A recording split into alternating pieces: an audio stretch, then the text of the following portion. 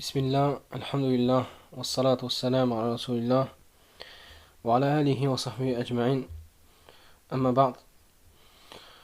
Donc, Inch'Allah, on continue. Donc, c'est la deuxième partie sur la question de prendre sa science des gens de l'innovation. On avait vu dans la première partie donc, que la base c'était l'interdiction. Maintenant, on va parler de l'exception. Donc, l'exception. On a bien vu que la base c'était l'interdiction. Maintenant, on va parler de l'exception et les règles qui vont permettre l'exception. Donc, comme on sait très bien, et comme on a dit aussi dans l'audio précédent, que ces gens-là, ces laxistes-là, qui prennent de tout et n'importe qui, et qu'ils ont en fait ouvert la porte à un mal, et ils n'arrivent plus à fermer cette porte. Donc eux, on sait très bien, ils nous ramènent des paroles des savants, sauf que ces paroles-là, en fait, elles sont pas comprises selon les fondements, encore une fois, de la compréhension de la question dans son entièreté. C'est-à-dire c'est des gens qui prennent des fatawas par-ci par-là, et en réalité des choses, on ne prend pas sa science des fatawas. Ça c'est une règle qu'il faut comprendre. On ne prend pas sa science des fatawas. On prend sa science des bases et des règles de l'islam. Mais chercher une fatwa par-ci par-là, ça c'est pas de la science. D'accord? Ça c'est pas de la science. Ça c'est une chose qu'il faut très bien comprendre et que l'étudiant en sciences doit comprendre de manière générale. C'est que les fatawas, ça on va dire c'est la fin de ton cursus. Quand tu vas lire les fatawas des ulama, après que toi tu aies connu les fondements en fait de la fatwa, comme usul al-fiqh, etc., tu vas pouvoir comprendre les fatawas des ulama et tu vas pouvoir, subhanallah, en fait, voir comment les savants de l'islam, dans leurs fatawas, ils ont justement utilisé ces fondements-là. Et toi, en fait, ça va être bénéfique de voir les fatawas des savants comme ça, pour voir un peu comment justement les savants pratiquent et mettent en pratique les fondements les fondements en réalité de la fatwa. Mais quand tu n'as pas de base et tu vas chercher des fatwas par-ci par-là, et en réalité pourquoi tu vas rien comprendre, parce que justement tu comprends pas les fondements. Tu vas rien comprendre à la fatwa. Et tu vas parfois, comme on sait très bien, la fatwa c'est-à-dire c'est une réponse à une question. C'est pas un ta'sil en fait. En fait, elle n'a pas pour but de ramener le fondement de la question pour bien comprendre la question dans son entièreté. Non, c'est une fatwa, c'est une réponse à une question. Et cette fatwa-là, elle n'a pas pour but de reprendre la question depuis le départ. D'accord? Donc ça, c'est une chose qu'il faut comprendre. Donc c'est pour ça, il ne faut pas se faire avoir par des fatwas par-ci par-là, et il faut comprendre la base de cette question. Donc, à la kulli hal. Donc ici, on va ramener des paroles des savants et on va essayer de comprendre, Inch'Allah, donc les paroles des savants et comment bien comprendre ces paroles. Donc, ici, le cheikh Mohammed Adam al-Éthiopi, rahimahullah, donc le cheikh al-Éthiopi très connu, il dit dans l'explication de son poème dans At-Tawhid, d'accord, il dit à la page 489, il dit Amma talaqqi al-ilmi min ahli al-bid'ah. C'est-à-dire, donc ici il dit le fait de prendre sa science des gens de l'innovation, min ahli al-bid'ah. Qu'est-ce qu'il nous dit? Il nous dit fal aslu munia. La base, c'est l'interdiction. Alhamdulillah, c'est ce qu'on a dit dans l'audio précédent. La base, c'est l'interdiction. Donc, fal aslu munia minhu dar'an ay daf'an li sharrihi. Pourquoi c'est l'interdiction? Pour justement repousser son mal à lui, à cet innovateur. Wa ولأن يكون قدره أي قدر ذلك المبتدع وضع أي موضوعا وذليلا بين الناس. Donc, première raison pourquoi c'est interdit, c'est qu'on a vu, c'est pour repousser son mal. Deuxième, c'est aussi que pour que son rang soit abaissé et rabaissé auprès des gens. Car comme on va voir, Inch'Allah, après dans les paroles des savants, c'est que les gens quand ils voient que toi, tu élèves le rang d'une personne, alors eux, ils vont croire, c'est des gens de la masse, d'accord? Eux, ils vont croire que cette personne est bonne, d'accord? C'est une bonne personne, alhamdoulilah, la sunna. Alors qu'en réalité, c'est un mubtadi'a. Eux, ils comprennent pas ça, d'accord? Ils peuvent pas faire la distinction. Comme on va voir, Inch'Allah, dans les paroles des ulama par la suite. Donc, ici, l'un des buts aussi du fait de ne pas prendre la science des gens d'innovation, c'est de rabaisser son rang auprès des gens. D'accord? Lakin, ensuite, par contre, le shir, voilà. L'exception. C'est ça l'exception. Lakin, in hasalat daruratun. S'il y a une nécessité. Darura. D'accord? Nécessité. Ay ittirarun ila talaqqi al-ilmi anhu. Ici, il y a une nécessité de prendre la science de lui. Par exemple, il dit La tandafi' tilka ad-darura illa bihi. Ay bidhalik al-bid'i. C'est quoi? C'est que cette nécessité-là d'apprendre la science de lui, elle ne peut être résolue, en fait, la nécessité, que par lui. C'est-à-dire, il n'y a que lui qui nous permet de résolver cette nécessité-là. Donc, ici, vous voyez bien que la condition, elle est très stricte. D'accord? Pourquoi on parle de ça ici? Parce que, comme on va voir, de toute façon, Inch'Allah, on continue et on va voir par la suite, Inch'Allah. Donc, s'il y a une nécessité, et que cette nécessité-là, elle peut être enlevée que par lui, que par ce mubtadi'a. Ça veut dire quoi? Ça veut dire il n'y a pas d'autre personne de la sunna qui peut faire ce que lui il fait. D'accord? Et bien sûr, une nécessité, c'est quoi une nécessité? Une nécessité, c'est une chose que c'est obligatoire de faire. D'accord? C'est obligatoire de faire cette chose-là. C'est pas une chose qui est mustahab, par exemple. Donc dans ce cas-là, il n'y a pas de nécessité à faire une chose qui est non obligatoire. Donc, ici il dit, dans ce cas-là, فَخُذْ الْعِلْمَ مِنْهُ بِحِذْرٍ. Dans ce cas-là, prends la science de lui, mais بِحِذْرٍ. Après il explique, بِحَذَرٍ. C'est-à-dire, avec ou en prenant garde et en faisant attention. D'accord? C'est pas tu prends et aussi pareil tu te laisses aller. Donc même en cas de nécessité, tu fais quand même attention à ce que il dit, tu fais attention. D'accord? Même en cas de nécessité. Donc il dit voilà, وَانْتَفِعْ بِمَا تَلَقَّيْتَهُ مِنْهُ مِنَ الْعُلُومِ. Et dans ce cas-là, tu profites de la science que tu as pu apprendre de lui. D'accord? Donc ça c'est la parole du Cheikh Al-Éthiopie, rahimahullah. Donc ici on voit bien, le Cheikh il a parlé de nécessité, d'accord? De nécessité. Maintenant, on va voir la parole du Cheikh. Donc on va voir c'est quoi la nécessité. Cheikh Al-Uthaymin, rahimahullah, dans son livre Mandumat Usul al-Fiqh wa Qawa'idihi. Donc il va nous expliquer c'est quoi la nécessité. Et quelles sont justement les conditions pour pouvoir faire cette nécessité-là. Donc première chose, il dit Fal mamnu'u, donc l'interdiction, yubahu lid-darura. Ça c'est une règle connue. D'accord? C'est une règle connue dans Qawa'id al-Fiqhiyya. L'interdiction peut être permise s'il y a une nécessité. Alhamdulillah, on est exactement dans la question. D'accord? On est exactement dans la question. C'est quoi? C'est que la base, on a dit c'est l'interdiction. D'accord? Quand il y a une nécessité, ça peut être permis de prendre la science, par exemple, ici chez l'innovateur. En cas de nécessité, bien sûr. C'est pas la base. D'accord? Après, il dit walakin bi shartain. Donc, non seulement c'est par nécessité, mais en plus, la nécessité, elle demande des conditions. Et ici, le chéri va en citer deux. Première condition, c'est quoi? Il dit أن نضطر إلى هذا المحرم بعينه بمعنى أن لا نجد شيئا يدفع الضرورة إلا هذا الشيء المحرم فإن وجد سواه فإنه لا يحل ولو اندفعت الضرورة به. Le chéri dit, première condition, c'est quoi?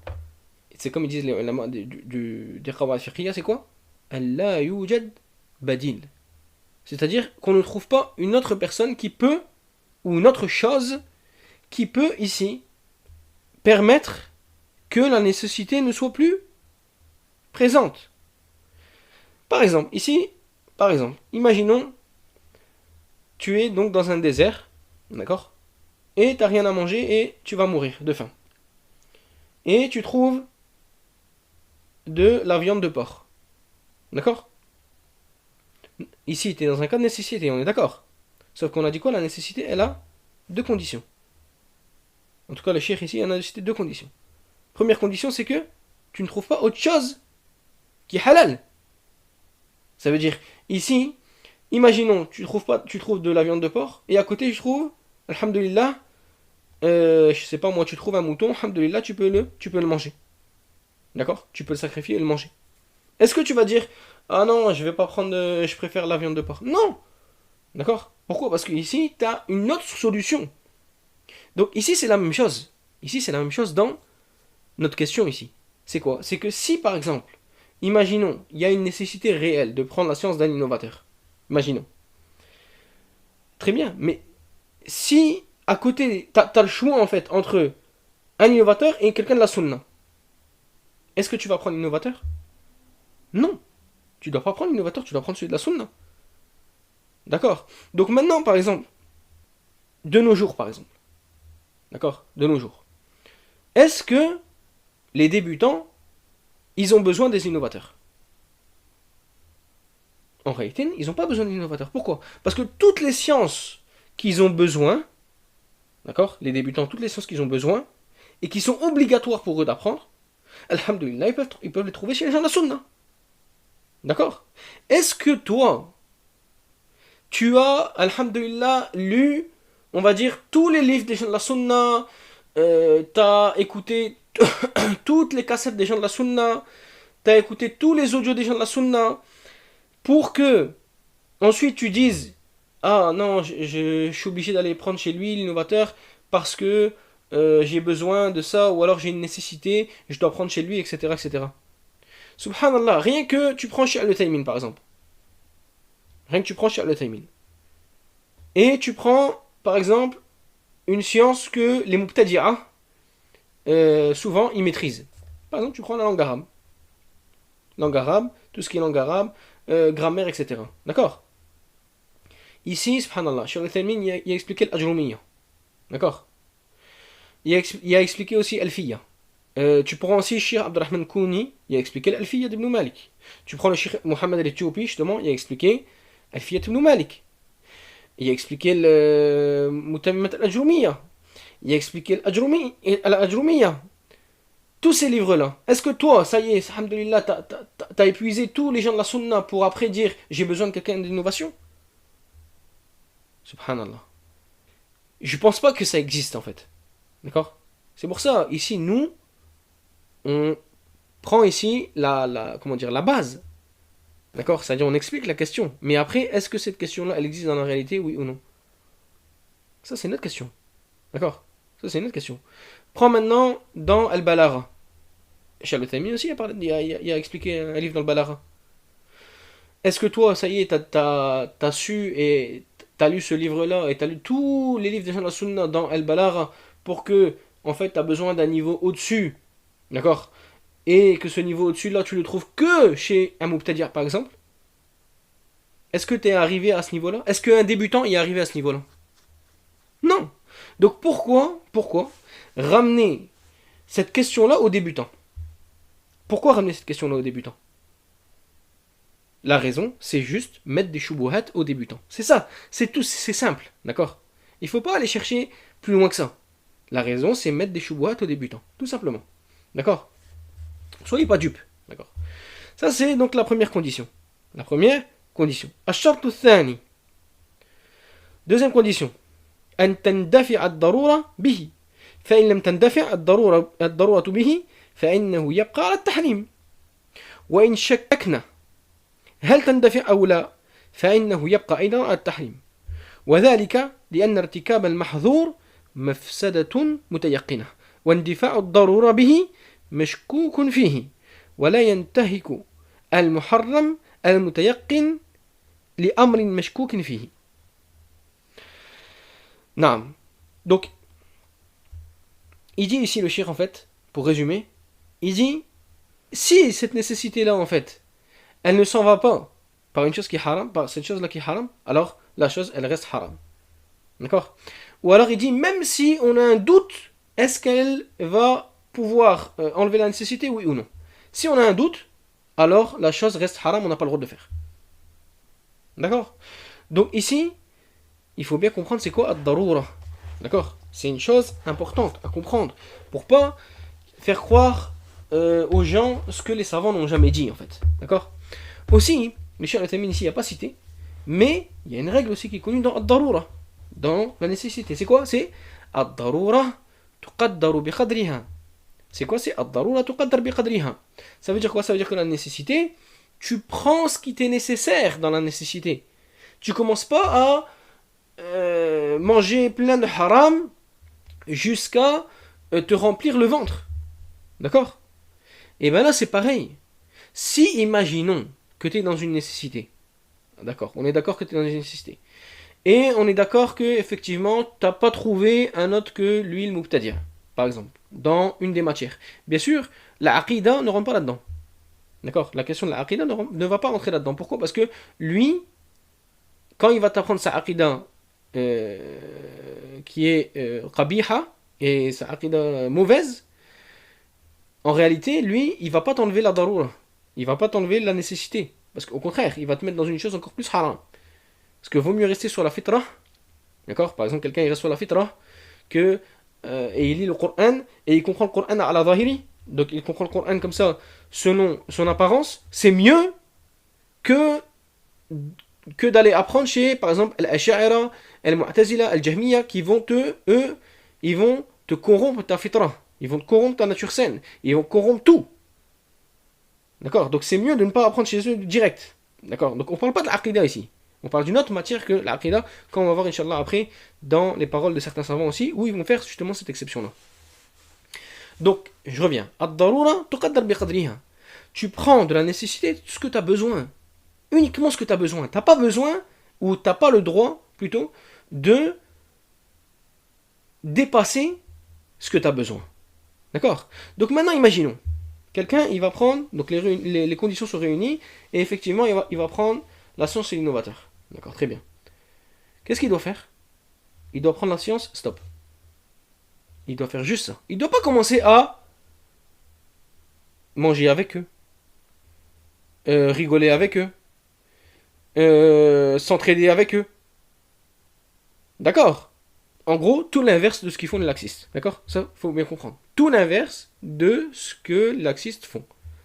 Donc, quand tu as besoin d'une daroura, par exemple, tu es dans une nécessité, tu prends uniquement ce que tu as besoin. Tu vas t'asseoir chez lui, tu prends ce que tu as besoin et c'est tout. D'accord? Et ensuite, tu rentres chez toi. Et tu commences pas à rigoler avec eux, et à manger avec eux, et à t'entraider avec eux, etc. etc. D'accord? Et encore pire que ça, à faire leurs éloges même après. D'accord? Et à, etc., etc., même à monter justement son rang auprès des gens. Tout ça, c'est haram. Il n'y a aucune nécessité là-dedans. Toi, quand tu as la nécessité, imaginons si tu as la nécessité, tu prends uniquement ce que tu as besoin de la nécessité, c'est tout. Tu vas pas plus loin que ça. D'accord? Donc, ici, on voit clairement, que, en fait, on n'a pas besoin, ou plutôt, les débutants, en tout cas, n'ont pas besoin de cette question, car, alhamdulillah, ils peuvent trouver facilement tout ce qu'ils ont besoin d'obligatoire chez les gens de la sunna. Ils n'ont pas besoin. Et c'est pour ça, le Cheikh Zayd al-Madkhali, il dit dans son livre Al-Wajibat al-Sadida, An al-As'ilati al-Rashida, donc dans son volume 2, page 232, qu'est-ce qu'il dit? Il dit, moi, je crois fortement que les étudiants de nos jours n'ont pas besoin des livres des gens d'innovation et non plus des livres de ceux qui leur ressemblent. C'est-à-dire à ceux qui ressemblent aux gens d'innovation. Donc ici, Cheikh Zayd al-Madkhali, il voit même qu'à notre époque, les étudiants, ils n'ont pas besoin des livres des gens d'innovation. Pourquoi? Parce que, alhamdoulilah, on va dire la majorité des questions de la religion, elles ont été traitées par les gens de la sunna. Alhamdoulilah. T'as pas besoin des gens d'innovation. D'accord? Donc voilà, ça c'est l'avis du Cheikh Zayd à la kulli hal. Maintenant, il y a une ambiguïté que justement ces laxistes là, ils ont essayé de faire. Pas tous les laxistes, mais une partie des laxistes. C'est la question des madhahib, al-madhahib al-fiqhiyya, la question des écoles juridiques. Pourquoi ils ont fait un grand talbis aux gens avec cette question-là? Et Inch'Allah, on va essayer de justement dévoiler ce talbis et dévoiler cette ambiguïté-là qu'ils ont essayé de faire. Ils sont venus à vous en vous faisant croire que celui qui apprend pas le fiqh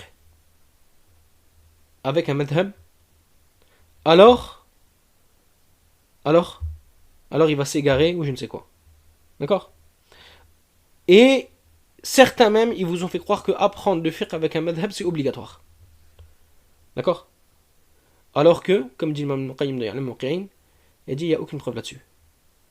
Il n'y a aucune preuve, ni du Coran, ni de la Sunna, des Sahaba, personne, que c'est obligatoire d'apprendre sur un madhab. Ça, c'est la première des choses. Et pourquoi ils vous ont fait croire ça? Pour justement vous faire croire que vous êtes dans une nécessité. Vous êtes dans une nécessité d'apprendre le fiqh avec un madhab. Et que c'est obligatoire pour vous. Et donc, dans ce cas-là, comme tu es dans une nécessité, alors tu as le droit d'aller chercher ça chez les gens d'innovation. C'est ça qu'ils ont voulu vous faire croire avec cette question-là. Ne vous faites pas avoir. En réalité des choses, à la base même, c'est pas obligatoire d'apprendre le fiqh avec un madhab. Ce qui était obligatoire, c'est quoi? C'est apprendre le fiqh. Stop. C'est quoi? C'est apprendre comment le prophète sallallahu alayhi wa sallam il faisait sa ablution pour que toi tu fasses avec. Et tu fasses comme ça. Tu fasses comme le prophète sallallahu alayhi wa sallam. Il faut que tu saches quelles sont les obligations des ablutions afin que tu fasses ces obligations-là. Il faut que tu saches comment le prophète sallallahu alayhi wa sallam faisait la salat afin que tu fasses comme le prophète sallallahu alayhi wa sallam tu fais la salat. C'est ça qui est obligatoire. Ça c'est obligatoire à tout à chacun. Et ça, alhamdoulilah, on peut trouver chez les salafis. On peut trouver chez les gens de la sunna. Il n'y a pas besoin d'eux pour apprendre ça. D'accord? La base de ça, il n'y a pas besoin d'eux. Alhamdoulilah, on peut trouver ça facilement. Et même certains, subhanallah, ils vous ont encore plus, ou ils ont essayé encore plus de mettre une ambiguïté, c'est qu'ils vous ont fait croire que tu es obligé d'apprendre le madhab maliki en France. Pourquoi? Parce que soi-disant, la majorité sont des gens du Maghreb. Subhanallah. Ils vous ont fait croire ça. Pourquoi? Parce que justement, la majorité des savants, par exemple, de Ahl Sunnah à notre époque, quand on voit, la majorité sont des Hanabila. Sont des gens qui sont du madhab Hanbali. Et même si, par exemple, on dit aux gens que, oui, apprends avec un madhab, dans ce cas-là, tu prends un madhab avec les gens de la Sunnah. Et c'est pour ça, subhanallah, il y a des gens encore qui ont essayé de jeter le discrédit sur les savants de la Sunnah dans la question des madhab. Pourquoi? Parce que, alhamdulillah, les savants de la Sunna, qu'est-ce qu'ils font? Quand ils enseignent un madhab, c'est pas des muqallidin, c'est pas des gens qui suivent aveuglément. Non, c'est des gens qui font qui t'apprennent, alhamdulillah, ils apprennent et ils t'enseignent le madhab, par exemple, hanbali, mais dans certaines questions, il va te dire, je suis pas d'accord. Avec ça, moi, mon avis, c'est tel avis. D'accord? Par exemple, Cheikh Al-Uthaymin, rahimahullah, dans son kitab al-Mumti', certains ils disent que dans plus de 200 questions, il y a contredit le madhab hanbali. D'accord? Donc, Cheikh Al-Uthaymin, ils vont te faire croire que tu peux pas apprendre le madhab hanbali avec Cheikh Al-Uthaymin. Ah bon, pourquoi? Parce qu'il connaît pas le madhab hanbali. Alhamdulillah, il connaît le madhab hanbali. Donc pourquoi tu peux pas apprendre chez lui? Parce que il est sorti du madhab dans certaines questions. Subhanallah. Subhanallah. Et alors, c'est interdit? C'est interdit de sortir d'un madhab maintenant? Comme il dit subhanallah l'imam Abd al-Barr. Ces gens-là, quand tu contredis leur imam, ils te font croire que tu as contredit un texte du Coran et de la Sunna. Et, alhamdulillah, ça on avait parlé aussi dans l'audio de, justement, du conseil de l'imam Abd al-Barr, conseil aux étudiants de l'imam Ibn Abd al-Barr. Donc, en réalité, cette question-là des madhahib, beaucoup parmi eux, ils ont utilisé cette question pour justement vous faire croire ces choses-là, que vous êtes dans une nécessité et que on est obligé d'apprendre comme ça, et donc comme tu peux pas l'apprendre soi-disant chez une personne de la sunna, donc tu es obligé de l'apprendre chez une personne de l'innovation. Allahumma musta'an. Alors que tout ça c'est pas une nécessité à la base, et alhamdulillah que cette ambiguïté là est partie. Alhamdulillah. Maintenant on a une deuxième ambiguïté. C'est soi-disant, d'accord, ils disent les savants du hadith, par exemple hadithoun, parfois ils ont pris des hadiths des gens d'innovation. D'accord, par exemple Imam Bukhari, dans son Sahih al-Bukhari, parfois il y a des rapporteurs qui sont des gens de l'innovation. Donc là, qu'est-ce qu'on dit? On dit, naam, ça existe. Très bien. Mais pareil, il y a des conditions. Pareil, il y a des conditions. Donc on va voir c'est quoi les conditions. Afin de voir si effectivement les conditions, elles existent à notre époque maintenant, ou alors les conditions, elles existaient à leur époque et maintenant elles n'existent plus. On va voir ça maintenant, Inch'Allah, alhamdoulilah. Donc, quelles sont les conditions? Premièrement, la nécessité était présente. C'est quoi la nécessité à leur époque? La nécessité, c'est hifd sunnah. C'est de préserver la sunna. D'accord? Préserver la sunna. Si par exemple, tu es un mubtadi', un innovateur, et il y a de confiance, etc., c'est-à-dire, il ment pas sur le prophète sallallahu alayhi wa sallam, et c'est quelqu'un qui a une bonne mémorisation, d'accord, etc. Et il n'y a que lui qui a ce hadith, par exemple. D'accord. Donc, pour préserver la sunna du prophète sallallahu alayhi wa sallam, qu'est-ce qu'on va faire? On va prendre le hadith de lui. Donc, ici, c'est une nécessité de préserver la sunna du prophète sallallahu alayhi wa sallam. Est-ce que nous, on est dans une nécessité comme ça? Non, comme on a vu juste avant. Donc, encore une fois, utiliser cette question-là, soi-disant des savants du hadith qu'ils ont pris des rapporteurs innovateurs, pour prouver qu'on peut la porter ouverte et on peut prendre de n'importe qui, d'accord? C'est, encore une fois, comme ils appellent, al-usuliyoun, on appelle ça qiyas ma'al fariq. C'est une analogie alors qu'il n'y a pas lieu à l'analogie ici, parce que les situations sont différentes. Alhamdulillah. Donc, alhamdulillah. Déjà, ils étaient dans une nécessité, très bien. Ensuite, qu'est-ce qu'il dit l'imam Ibn Daqiq al-Aid dans son livre L'Iqtirah fi al-Istilah? Il dit Anna nara. Donc lui, ça c'est son avis. Qu'est-ce qu'il nous dit? Il nous dit An man kana da'iyatan li madhhabihi, c'est-à-dire al-mubtada' muta'assiban lahu mutajahiran bi batilihi, an tutrak ar-riwayatu anhu ihanatan lahu wa ikhmadan li bid'atihi fa inna ta'zim al-mubtadi' tanwih li madhhabihi bihi. L'imam Ibn Daqiq al-Aid dit dans son livre L'Iqtirah, il dit, nous, notre avis c'est quoi? C'est que ad-da'iya ila al-bid'a, c'est-à-dire celui qui appelle à son innovation et qui est fanatique de son innovation et qui montre son innovation devant tout le monde et qui appelle ça. Et qu'est-ce qu'il dit? Il dit, on voit que on doit délaisser son récit, on doit délaisser son hadith. Pourquoi? Afin de l'humilier et abaisser son rang et abaisser le rang de sa bid'a. D'accord? Pourquoi? Parce qu'il dit, le fait que tu vas élever ce mubtadi' en prenant son hadith, qu'est-ce que ça va donner? Ça va donner en fait de la force à sa bid'a en elle-même. Donc, encore une fois ici, regardez les conditions strictes que les savants ils ont mis. D'accord? Après il dit, Allahumma illa an yakuna dhalika al-hadith ghayr mawjudin lana illa min jihati.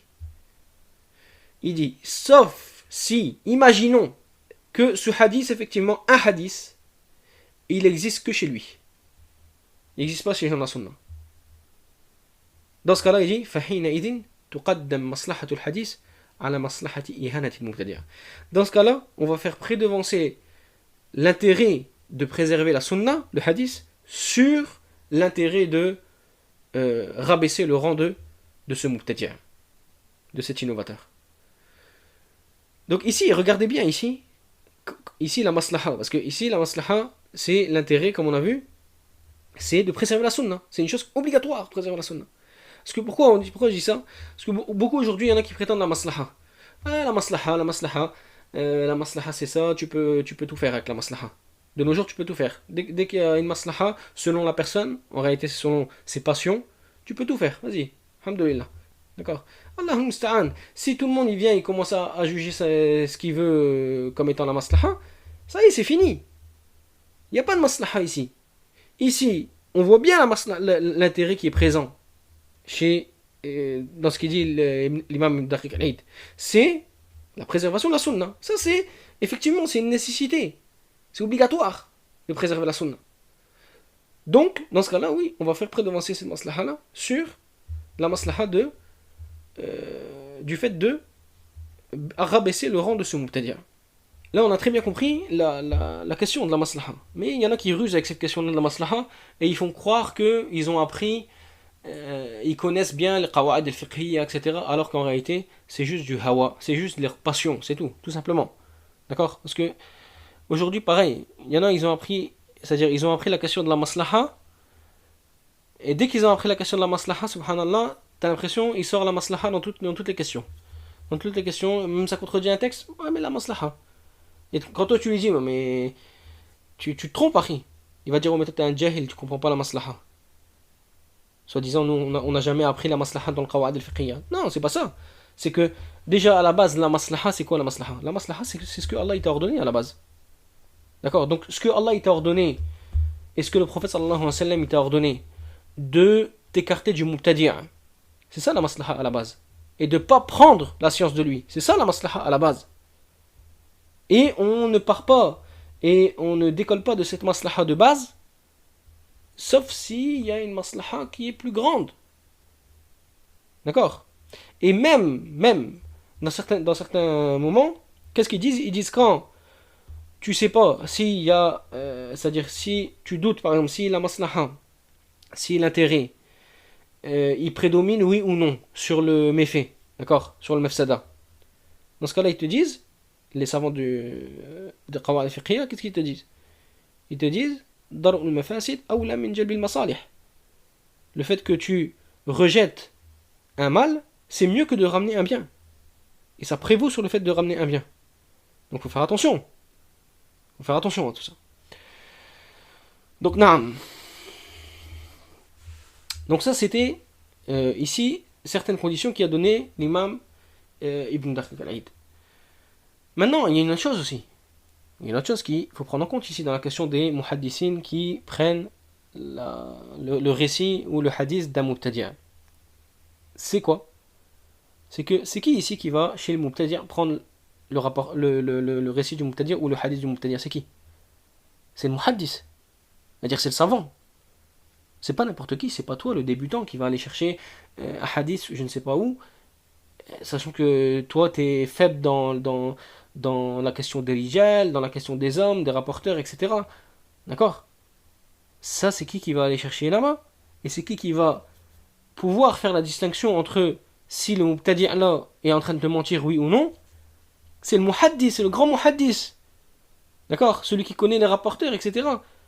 Que si ce mubtadi' par exemple il va lui ramener une chaîne inconnue, il va le voir direct. Il va dire non, c'est un menteur direct, je le sais très bien parce que cette chaîne là n'existe pas. D'accord? Ou alors par exemple il va dire lui c'est un menteur, pourquoi? Parce que il dit que lui il a entendu d'un autre alors qu'en réalité ils se sont jamais rencontrés les deux. Lui il va le voir tout de suite. Mais toi un débutant, qu'est-ce que tu vas aller faire? Aller chercher un hadith chez un mubtadi' ou aller chercher une science chez un mubtadi'. Tu vas te faire avoir en premier directement. Donc ici, encore une fois, la question de prendre, que les muhaddissoun, ils ont rapporté des récits des mubtadi'a dans leurs livres, elle est conditionnée aussi par le fait que c'est les muhaddissoun qui sont partis le faire. C'est pas toi le débutant, d'accord, qui a pas de science. C'est pas possible. En plus, subhanallah, eux, justement, les fanatiques là, des madahib, certains, c'est les premiers, subhanallah, à te dire toi t'es un jahil, tu peux pas comprendre le hadith, tu peux rien comprendre. Kalam Allah tu peux pas comprendre, Kalam Rasul sallallahu alayhi wa sallam tu peux pas le comprendre. Par contre, il va te dire, vas-y, va chez l'innovateur si tu vois la maslaha. Subhanallah. Ça veut dire quoi? Dans une question où il y a des non-sources, ça veut dire il y a des textes clairs parfois, il te dit tu peux rien comprendre. Et dans des questions où c'est une nazila, ça veut dire c'est un cas ici précis, dans un moment précis, il te dit vas-y va juger la maslaha. Subhanallah. Encore une fois une grande tromperie de leur part. Naam. Ensuite, qu'est-ce qu'il dit l'imam Al-Jawzajani? L'imam Al-Jawzajani, c'est le cheikh de An-Nasa'i. Il dit, pour résumer la question de prendre le hadith de l'innovateur, il dit ومنهم زائغ عن القصد صدوق اللهجة قد جرى في الناس حديثه إذ كان مخذولا في بدعته مأمونا في روايته فهؤلاء ليس فيهم حيلة إلا أن يؤخذ منهم ما يعرف إذا لم يقوي بدعته فيتهم به عند ذلك.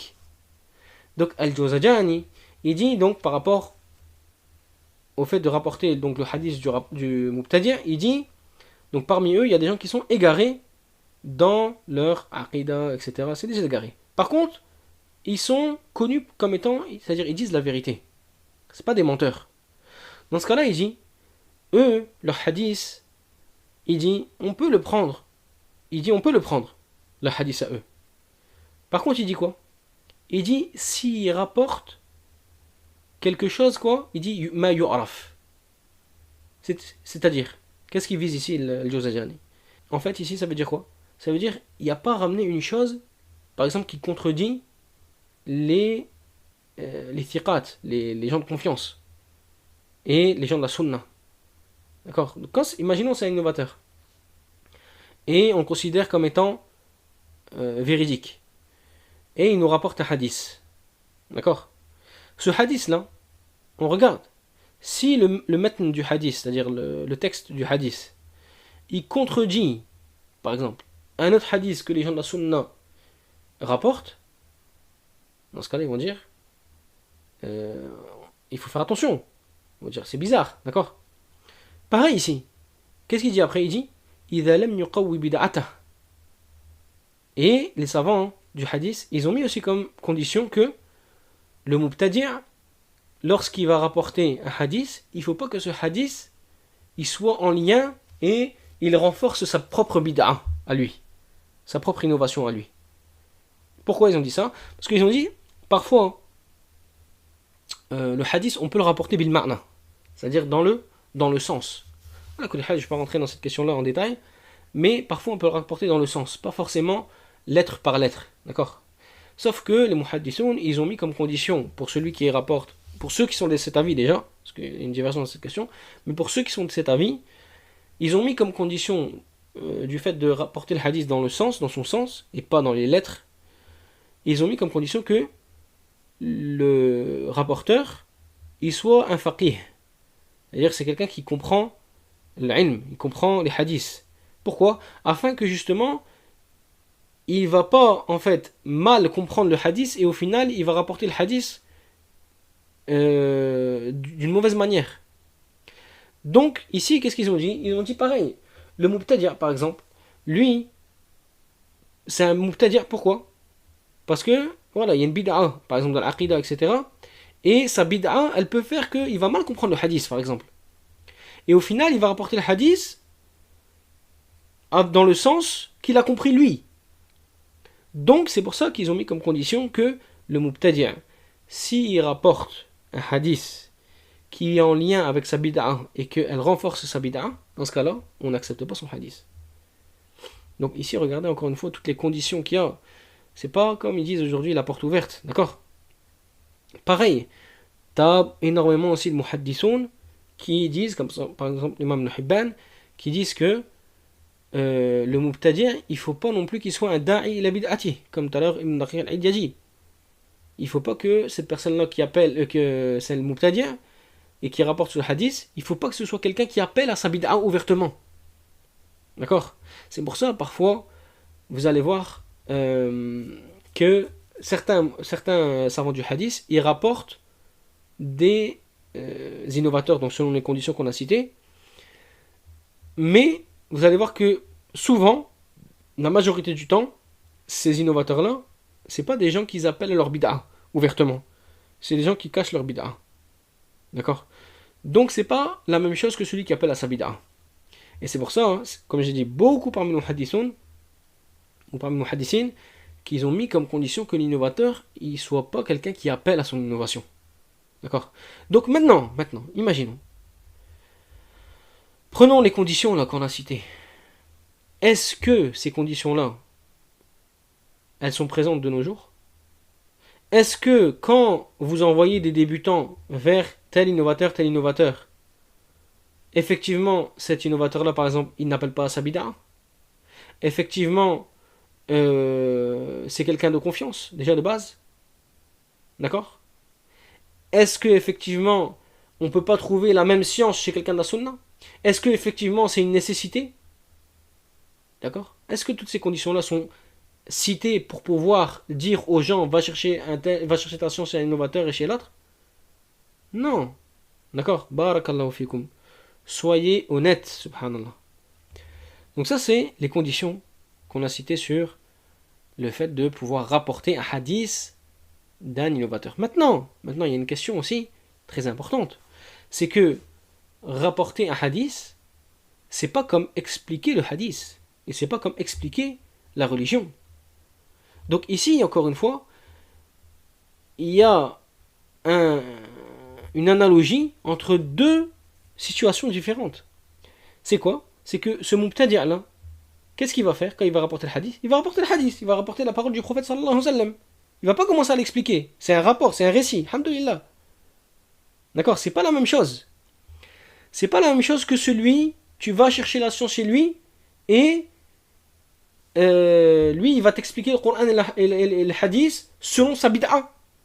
Et au final, toi, tu pourras pas t'en défaire de ça.